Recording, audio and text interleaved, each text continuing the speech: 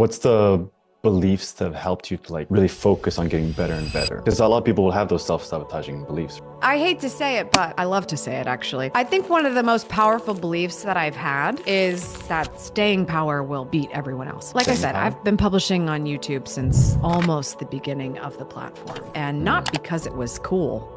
I just needed a place to upload a video that wasn't a DVD. Like I didn't know that there was going to be this YouTuber trajectory. It was just a tool, but it's just staying power. I just kept publishing. And it didn't matter if a video only got 10 views on it. And if you keep going, you might be top 1% and you don't even know it as you continue to be in this incredible elite group of people who just refuse to give up. So I really truly believe that staying power will just help you dominate, because when you refuse to give up, you have to get better. But by continuing to publish every day, Mr. Beast is a great example of this. He said, publish a video, your next video just needs to be better than the last. How are you measuring getting better? Those are the people who are going to crush their competition because they're not even paying attention to them, because they don't even realize they're in the top 1%, because they just keep showing up. It's just a standard of life. That's a big one. Like, do you have staying power? Do you plan to do this for 10 years, no matter when it starts to pay you back?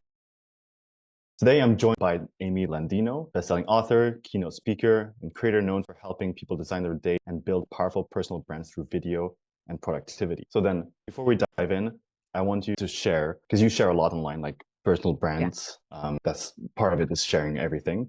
What's something that you would like people to know? Yeah, what's something that you would like people to know that you don't often share enough, a hidden side, or something that you really value that's not shared enough? Yeah, because I mean, I do share a lot about myself, but I guess something that I don't share, something that I don't share as often. People think that like everything about my life is really, really dialed in. And it is. I have to say, I've done a pretty good job of dialing things in. But that doesn't necessarily mean that you have this boring life and that everything is, by the book. But I would say that it's that I have a lot of fun in between all of that stuff, and that the ability to have that structure is what makes it more possible for me to be flexible in my life. So I have a lot of fun with my kids, and I try to be silly with them and really just say things to them that they'll hopefully remember for the rest of their lives. That'll be really important to their mental development and their confidence. And I think that stuff can only happen when you have that confidence within yourself, that you've taken care of things and everything is operating as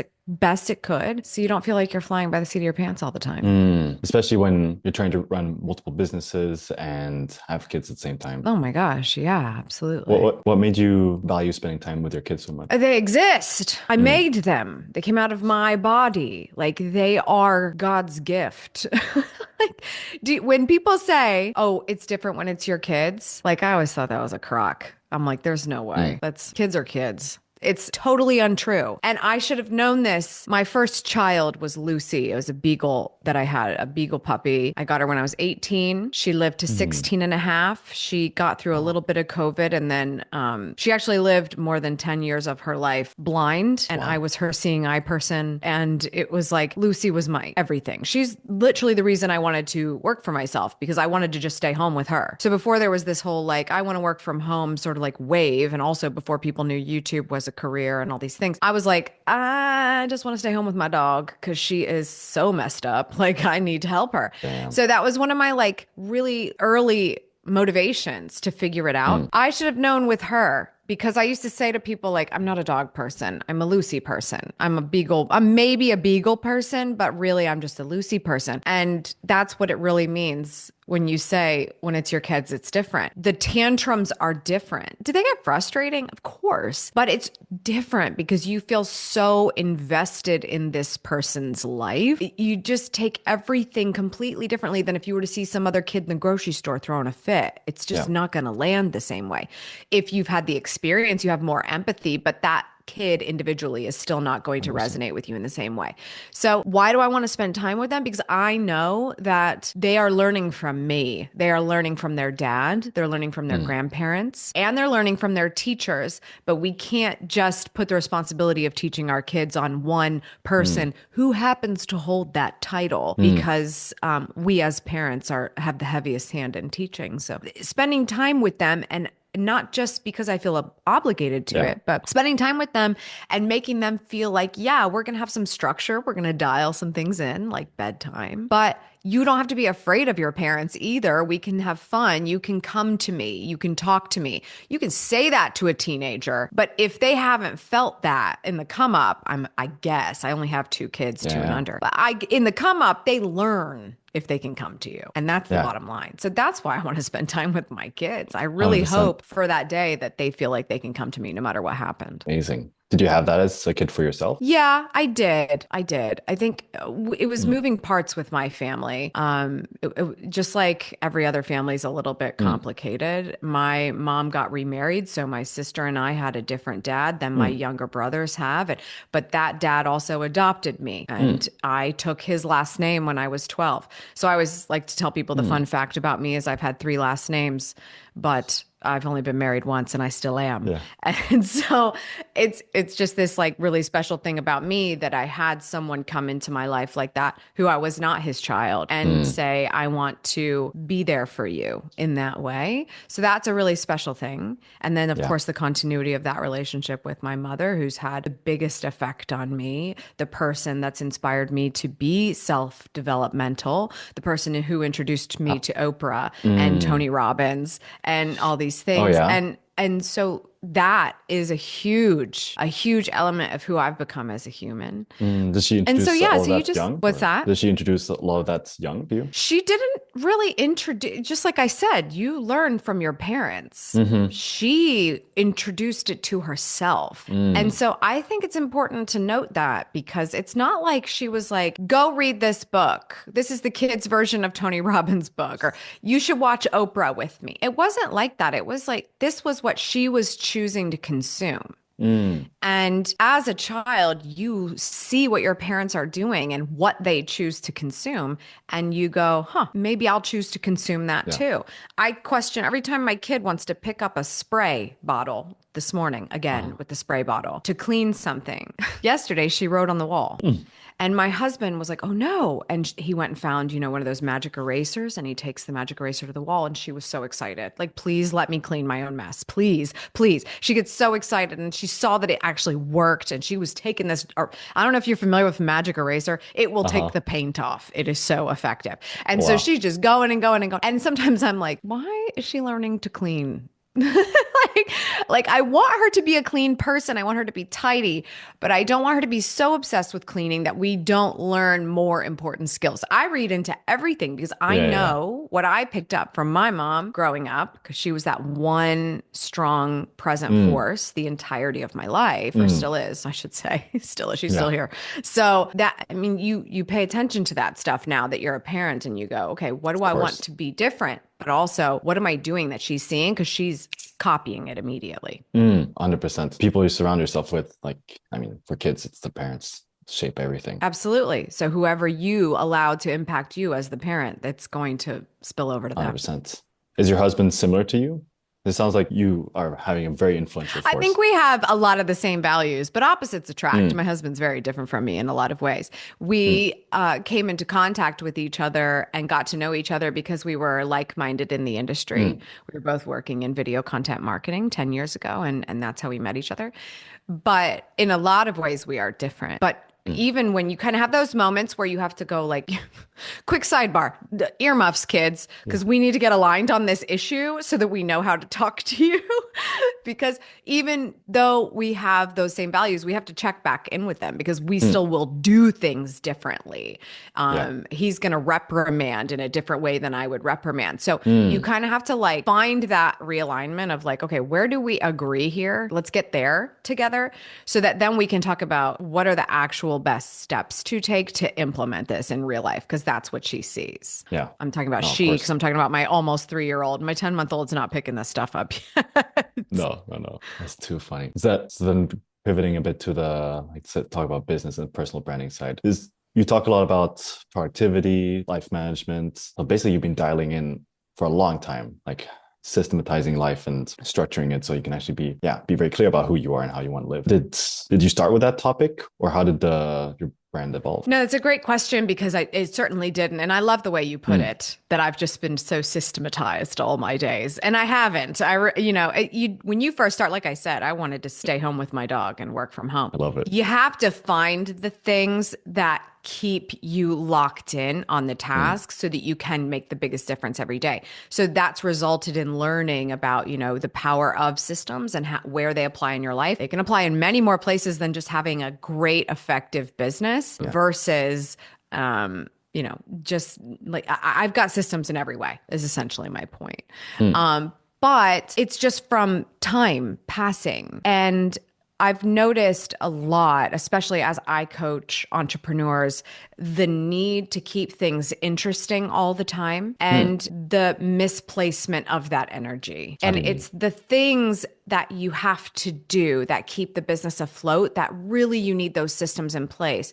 We romanticize a lot of those tasks and think we have to do them to the best of our ability when they should probably get passed off to somebody else at some point so that we can grow at the thing that we are truly creative at. And in the field of having a business that is significantly based on a personal brand, it is so easy to romanticize literally everything. Like Can you give I me an have to do that example? because my name's on the door. I have to do that because I wrote the blog post. So I have to write that. So when am I going to do that? Because I'm not a good writer. And it's so understanding the difference between taking something that can feel really personal, but making it still feel personal, but having it be systematized so you can recruit that help with it. That's a really, really big aspect of it. Yeah, especially in personal brands. To what extent is what I'm wondering. Because I was just listening to the newest episode of the Diary of a CEO this morning. We were talking to Jimmy, Mr. Beast. You familiar with Mr. Beast? I'm a YouTuber as of 2007, so I'm quite familiar with Mr. Beast. And Mr. Beast was saying that he's insanely busy, but he feels like he can't not do his YouTube because that's his face. He needs to be in it. What would be your advice to him? I mean, it's a very unique situation, I would say, but he's not unique at all. He's not unique at all. He's just like everyone else. Here's the thing. If he doesn't want to do the videos anymore, it's like, what problem are we solving for? What problem are we solving for? You don't want to be in the videos anymore? Because it is true. He is Mr. Beast. Mr. Beast is talent.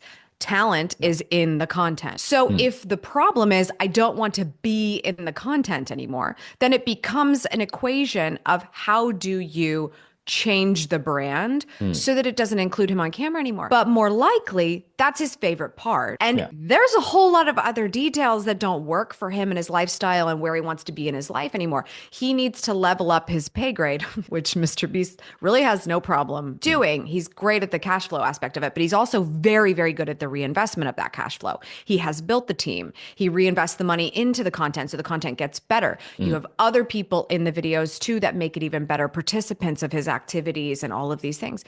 And he's bettering businesses and he's growing charities and donating money. I mean, he's doing so much. He's figured out how to scale. He is just like everyone else in that, what am I still doing? What is still on my calendar? What is still taking up time that I don't want to do anymore? Build a system around it, make it work. But if he doesn't want to be in the content anymore, much like previous YouTubers who have tried, some have been successful, some have failed. I don't even know how I would classify this as a success or a failure, but it's the first thing that came to mind. Are you familiar with Philip DeFranco? Yeah. Oh, yeah, big fan. Philip DeFranco is a classic example of somebody who's a massively popular OG YouTuber who presents the news.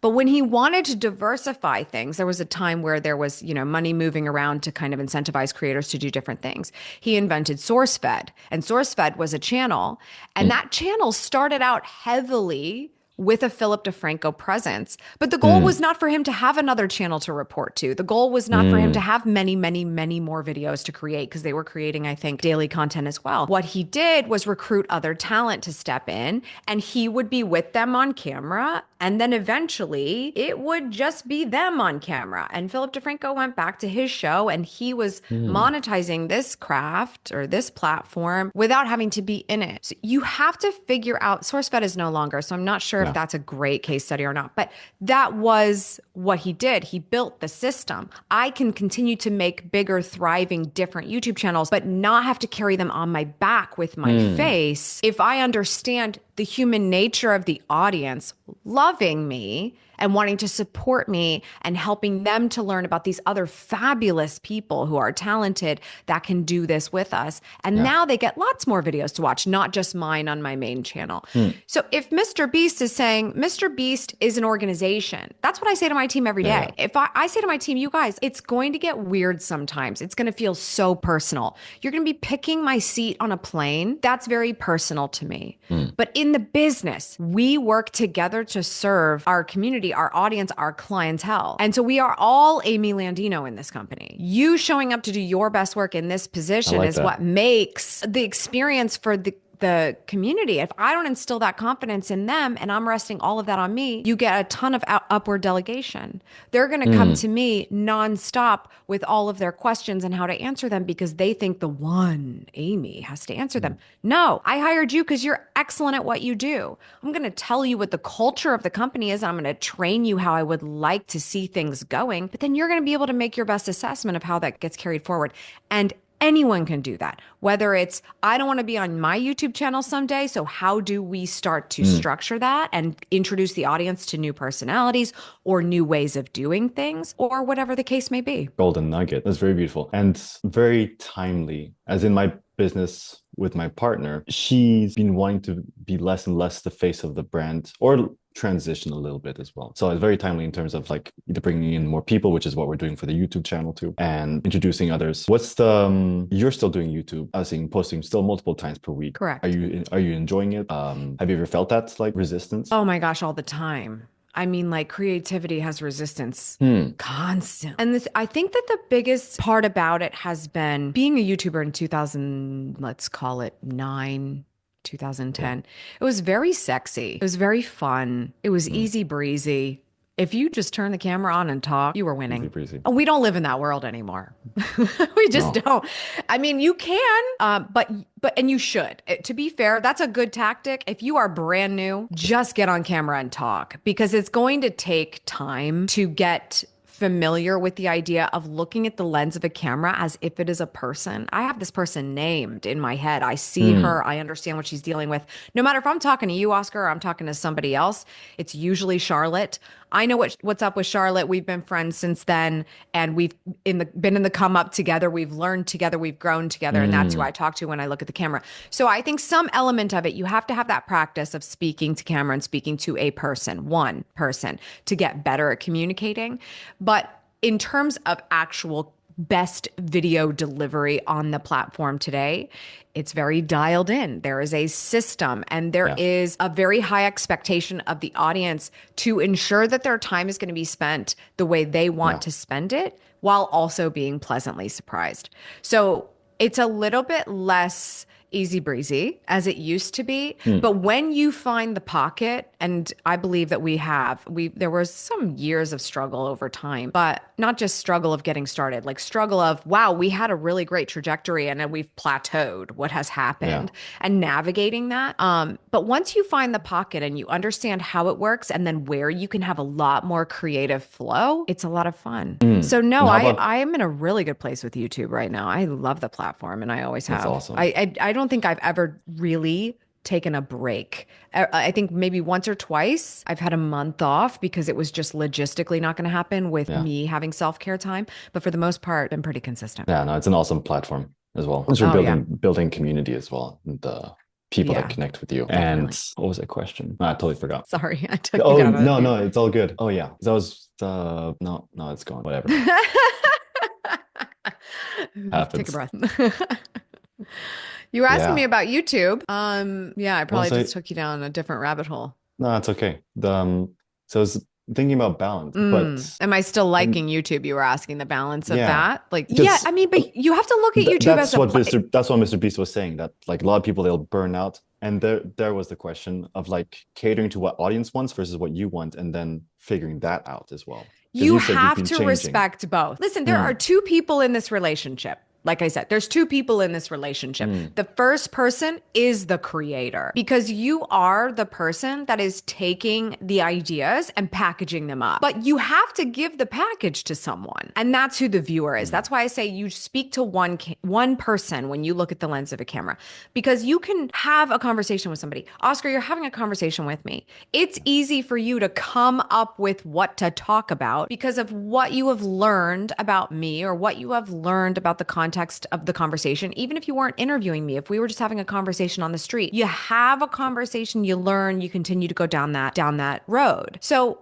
it's so much easier to create content for one person and then see how powerful that is when that one person loves you so much they tell everyone else. And by tell everyone else, a way of doing that is I clicked on this video, I enjoyed it, I watched all of it, and therefore more people are going to discover it because the algorithm that everyone hates is now communicating that to a larger audience. So it's a balancing act.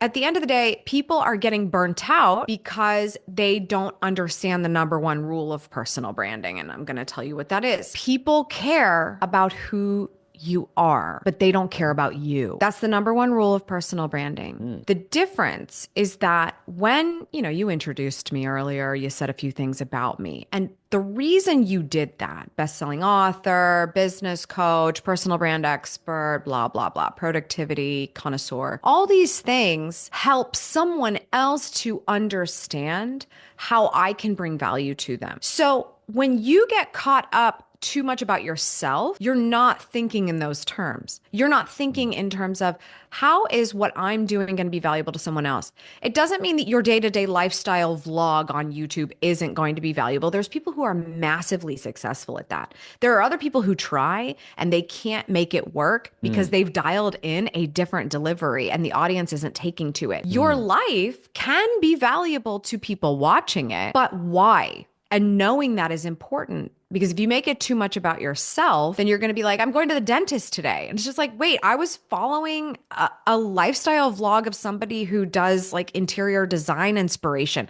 I don't want to go with you to the dentist. That's not valuable to me. So even when you're sharing your own life, you have to think in terms of what did they sign up for by being a part of this experience? The burnout comes from you never being enough because you're constantly trying to figure out why you're more interesting today so you can post it on the internet because you think that's the key to content, instead of what did I promise these people? What did I promise that person, my perfect viewer, so that I always show up in that way for them. Super important. How do you, get super clear and certain on your confidence and knowing that you're enough? I don't That's know not that always you easy. ever do. I don't know that you ever do, but I'll tell you why spending too much time on that is a great way to just spiral.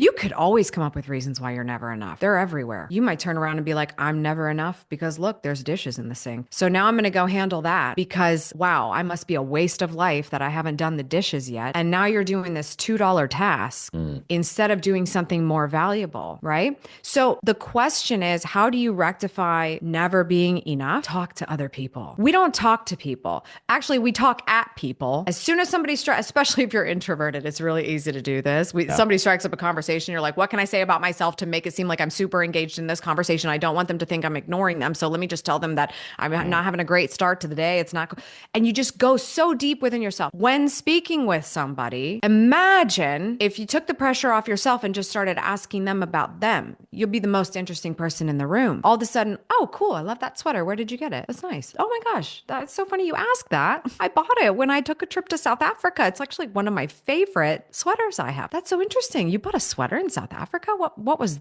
that like?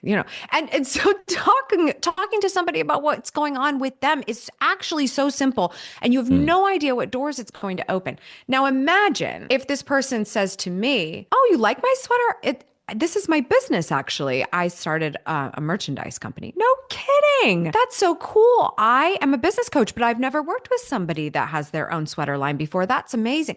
Oh, wow. That's really, and now you've gotten somewhere. If you want to feel like you're enough, stop worrying about you and just start worrying about other people and how you might be able to provide value. I was just talking to a client about this the other day because she's trying to figure out, as the CEO of a large organization, a family company, how she can monetize her brand in other ways. And she went and presented as a female CEO in this particular industry is pretty Okay. rare. So Hmm. copy paste whatever industry you want, I guess. I'm just not Yeah, going to yeah. say which one it is in this case. But a young lady was in this audience of, I guess, college students, I think was the event. And she was speaking to them. And this young lady came up to her after and said, I'm probably going to take over my family business someday. And I'd really love your advice on this, and maybe asked her a question. And my client came to me and said, well, how do I monetize that? And I was like, oh my gosh, like, do you really think college students are your target audience for cashing checks? No, probably not. But whoever paid you to speak to them, Yeah. that is your target audience. You get this luxury of having the conversation with this girl, not making her feel like she has to have any conditions to have the conversation, because your side agenda is just being curious about her question so you can reflect on how you got to the position you're in right now. Take that question and turn it into content and share it generously wherever your name is, so that the people who do write the checks find out, oh, you're a female CEO in this type of organization, and it's the first of your kind, and it's a family company, and you've done this, and you got this award and this award. Now you're piquing the interest of people who actually can figure out what to do with that, and you monetize in that way. But we forget that conversations with people where we seek to bring value to them is going to bring value back to us if we figure out how to share that on a larger scale. And that's all personal branding is. That's so powerful, especially just being creative, curious of other people. So Genuine important. curiosity. Just like if you're nervous because someone's speaking with you, Yeah. step into a state of genuine curiosity. Stop thinking about yourself and just go, what would I ask this person Yeah. that I'm actually curious Yeah. about? And let it go from there. So such an important reminder. I know, especially as personal brands get bigger, people want to keep asking you about you, and you're like, oh, I want to talk about myself more. But then the connection doesn't get as strong, and you It's can very ask easy to deep. say, like, oh, I'm tired of talking about myself. It's just like, just then get to some other point. Like, the people who are good at that, they don't dilly-dally. They just say, oh, that's so sweet of you to ask that. Do you have experience with that? Or do you know someone else like that? Or like, what? Like, that's so interesting that you find that to be interesting. Why? Why does that resonate Yeah. with you? Like, just if you want to take the heat off yourself, take the heat off yourself. And then by doing so, you do yourself the favor of getting to breathe for a moment and letting that person speak and giving you more fodder. And you can then take that information and do what you will with it. 100%. I remember as a kid, I was quite shy, like didn't want to talk about myself. So I think I naturally developed that skill of just wanting to ask questions that I wouldn't have to talk about myself. But then I have this reverse thing of need to, kind of hold a space and conversation, be able to manage both, which is what the podcast helps a lot with. How did you Totally. get so precise and skilled at speaking? Because you're very clear with the message you deliver and the way that it comes across. I guess, of course, there's maybe not just one time that it's clicked, but was there a moment where you're like, you start taking the speaking skill very seriously? I take it seriously, but I probably could have taken it more seriously, to be honest. It's all practice. If you want to speak better, you just have to speak more. And if you want to speak more and feel like you're not saying the same thing all the time, first of all, you're going to say a lot of the same things all the time, especially if you're an expert.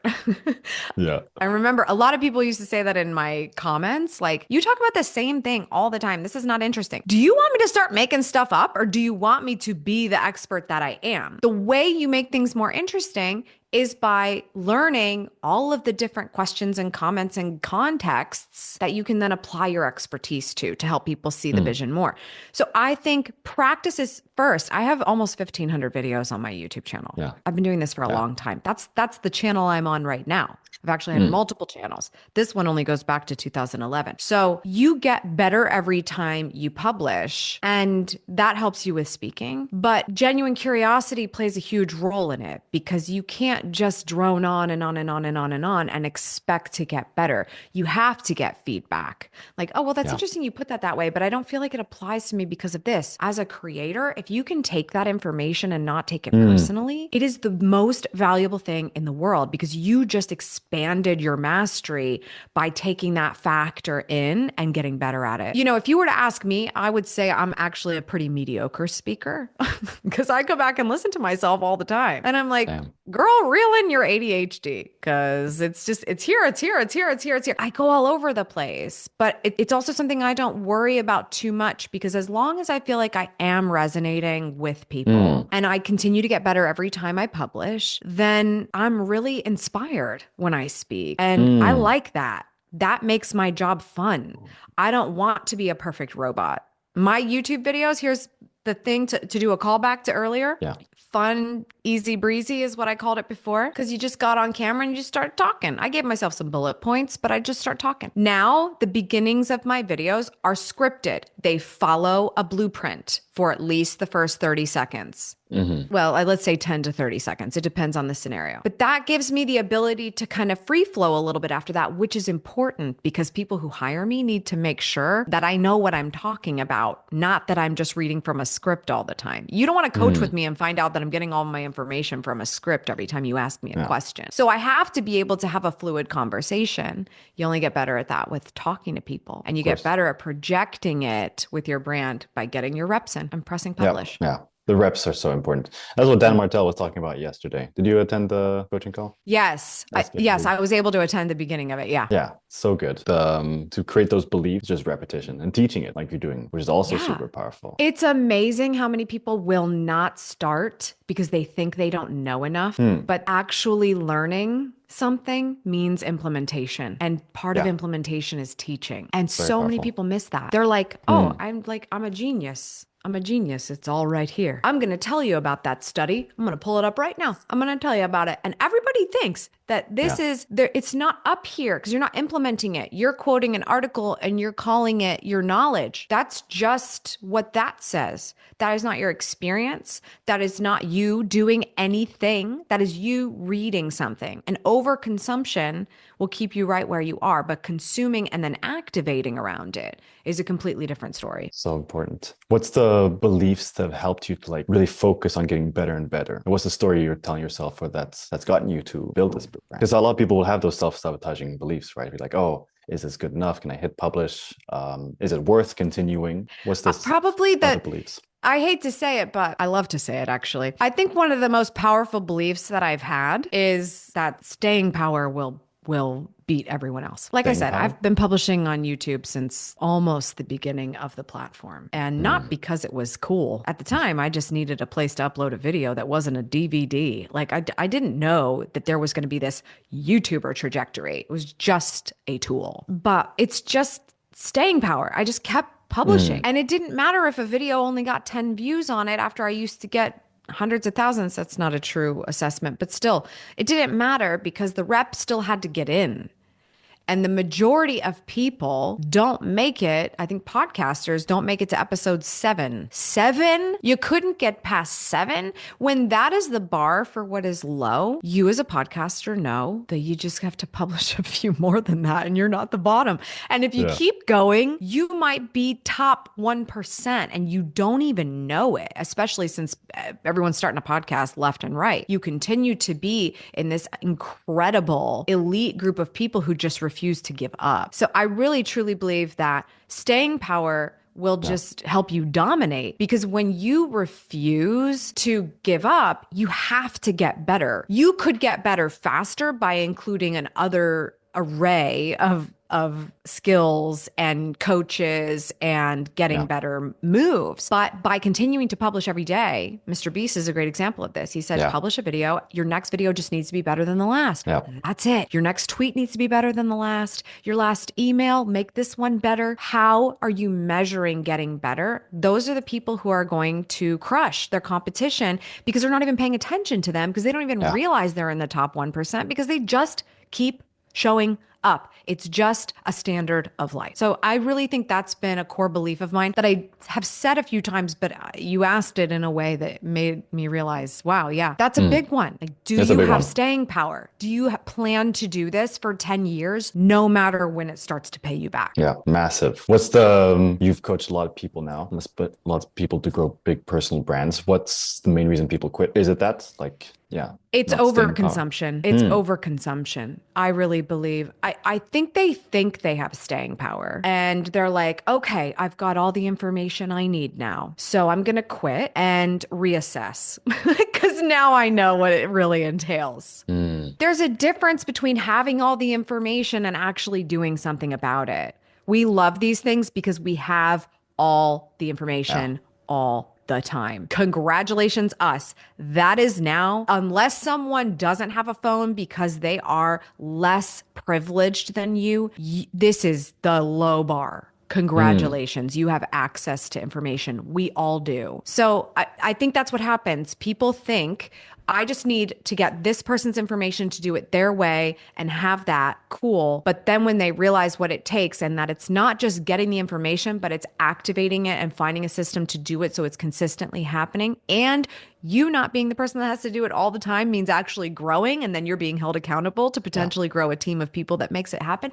People don't want to sign up for that. I always say to people, if you want longer hours, go get a job. You should be putting in 15-hour days for your brand new business so that you will eventually only work 1 hour days. And no one plans for that. Everyone's Yeah. like, no, but if I just have my own time and I don't have to commute to that crappy cubicle anymore, then I'll be so happy. Okay, cool. Are you happy when you're also the person that's literally got to make sure that the funding is generated because you're not getting yourself any other support? Implementation is everything. So people are over consuming, and as soon as they figure out not that they don't have what it takes. Everyone has what it takes. Yeah. They don't want to do what it takes, or they're pretending like it's something that they're not good at, so they have to quit. That's what happens. Yeah. If you could go back, and it's a very classic question, but especially if it's for someone who's been doing something so consistently for such a long time. If you could go back to, give yourself the piece of advice when you first started creating content, what would you tell that, Amy? I think I would tell her that she has half of the equation exactly right, and the other half needs a lot of work. The half of the equation that I had exactly right was that, like, I wouldn't go back and tell her the videos were off. It doesn't She needs to matter. learn that. Me showing up and making consistent YouTube videos, I was top 1% back then, especially in the business world. I wouldn't change anything about that. The other half is you have to cash flow the brand. Everybody's thinking about, okay, I'm creating brand to sell the business offering. So publish videos, publish blog posts, publish newsletters, get some clients. Cool. Got some clients. Now I'm working for my clients. And I ran out of time to do this. What I had dialed in is I never let go of this. I always published 3 videos on time for 3 years straight, Tuesday, Wednesday, Thursday. I ended up changing the format, which is the only reason why that schedule changed, but I didn't miss a beat for 3 years. A lot of people will fall off on the content side because they get busy with the clientele. They focus on the clientele, and then they forget about the marketing, and the client fires them, and then they have no leads, and now they're back to branding again, but they have to brand and not ask. So it takes time to build those relationships again. So the part I had right was consistent content. You have to stay in people's faces. You want the leverage. You want to be the person that doesn't have to ask all the time. People are asking you. You have to publish consistently. But the other half was building a business of sustainability. And what I was doing to start was very time intensive without hiring support. Yeah. I was that person that was like, oh my God, I'm so excited I get to stay home with my dog. I have unlimited hours. Okay, great. So now I work every second of the day. Yeah. I lived for it. I was obsessed with it. So I didn't see anything wrong with it. But then you're not building something sustainable. You have to find a way to cash flow the personal brand. And most people don't do that. So they just think, okay, I have to publish videos 3 times a day like Amy did. But they haven't figured out how to make the money work on that so that it's not going to burn them out. And that was the part I could have dialed in better. So I would go back to that room where I'm standing in front of that bookshelf, and I would shake her and I would say, you need to launch that passive income offering much faster. Do it now. And you need to be promoting it consistently, not just in a one-off. and you get to make the rules and you get to follow them. There is no perfect way to do this. You don't Mm, have to do it 6 weeks at a time. You could do it for a whole year. People will sign up for you for whatever you tell them you can do for yeah. them that is valuable to them. So figure out what that is and do it. Cash flow the brand. That's what I would say to her. So important. Like you said, some people will just build last anecdote and then we'll start with the last question. But because we're in the Chinese language education space, there's so Hmm. many influencers in the language space who just are influencers and then they create content and they teach one-on-one like for 20 bucks an hour. And we're like, you have 100K followers. The heck are you doing? What are And you doing? yeah, It's completely how, unsustainable. The second you fall out of love with this craft and you want yeah, to yeah, pivot, what are you going to do? And yeah, where's the money coming from? yeah. How long did it take you 100%. to make it to really focus on sustainability? It took me until my husband was like, you need to hire a team. And I was like, ew, people. I don't Yeah. want that. So it took me, I'm ashamed to say, probably about 10 years to finally Okay. hire my first assistant. I do want to share a little tip with people. If you are like me and you are hesitant to start hiring people, it's probably because you are telling yourself a story about all the things that you definitely need to do in your business. So I have Mm, this little trick. I started out with this and it's called the fake assistant method. And what it is just you're basically creating an assistant in your business that's actually really just you. But it's different because the email is different. You might give them a fake name, but you're basically creating an inbox for what will be your assistant someday, mm. but you're going to start acting like them today. I have a whole framework around it. You just go to my Instagram. There's a video about it. You can DM me the word Olivia. That was the name of my fake assistant. So shout out to anyone who ever emailed me if I replied with the name Olivia. It's a fake person. That's awesome. And it basically teaches you something very important. It's not about fake it till you make it. It's prove to yourself that that is an actual job someone else could be doing for you because look at how much admin you have to do. It's Yeah. now in its own inbox. Somebody else could be doing that for you. And now you're thinking bigger about the business and you're thinking, well, if that's a different person, then we need to make more money. You should have been making more money before that. So prove it to yourself. And then if you want to do a fake accountant, if you want to do fake social media manager, fake designer on Canva, you could come up with a million different job descriptions you're probably handling within the brand of your business. Now you start to understand why we have to charge more money. It's not just because the eggs cost more at the grocery store. It's because you're building a business. You need to prove Yeah. it's sustainable and that there are people that need to be in it. So DM me, Mm, Olivia, on Instagram so I can give you that free cheat sheet.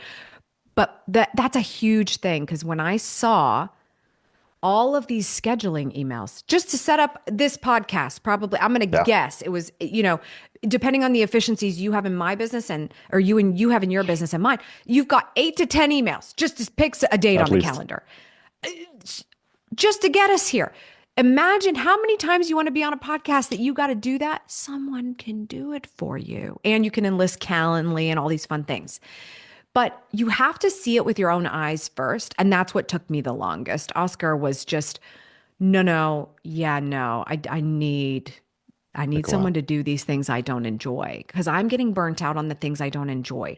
I'm not getting burnt Yeah. out on being my own boss. I'm getting burnt out on doing things I shouldn't be doing. So powerful. I will shout out Dan Martell's book, Buy Back Your Time, because didn't know the power of an assistant before that. Um, I know. it's I been about know. 6 months. Gosh, why didn't that book come out 15 years ago? Bless his heart. Man, he's Yeah. just a game changer. I adore him. Yeah. Buyback letter. So powerful. Where Mm. can people reach out to you, get in contact if they want to, say hello? What's the best platform? Absolutely. Come over to my Instagram. It's Amy Landino. My moniker is actually at Schmatastic. A lot of people follow at Amy Landino. That's a private account that I have I just held it so nobody would take it. That's not Yeah. my main account. Just look for me. It's the one with actual followers and videos on it. But that's where I hang out a lot of the time. And if you want to watch YouTube content going all the way back to 2011 and feel really good about yourself that Amy also started somewhere, Mm, you can go to youtube.com/AmyTV. amazing. Thank you so much, Amy. Thank you for having me, Oscar. It was a real pleasure.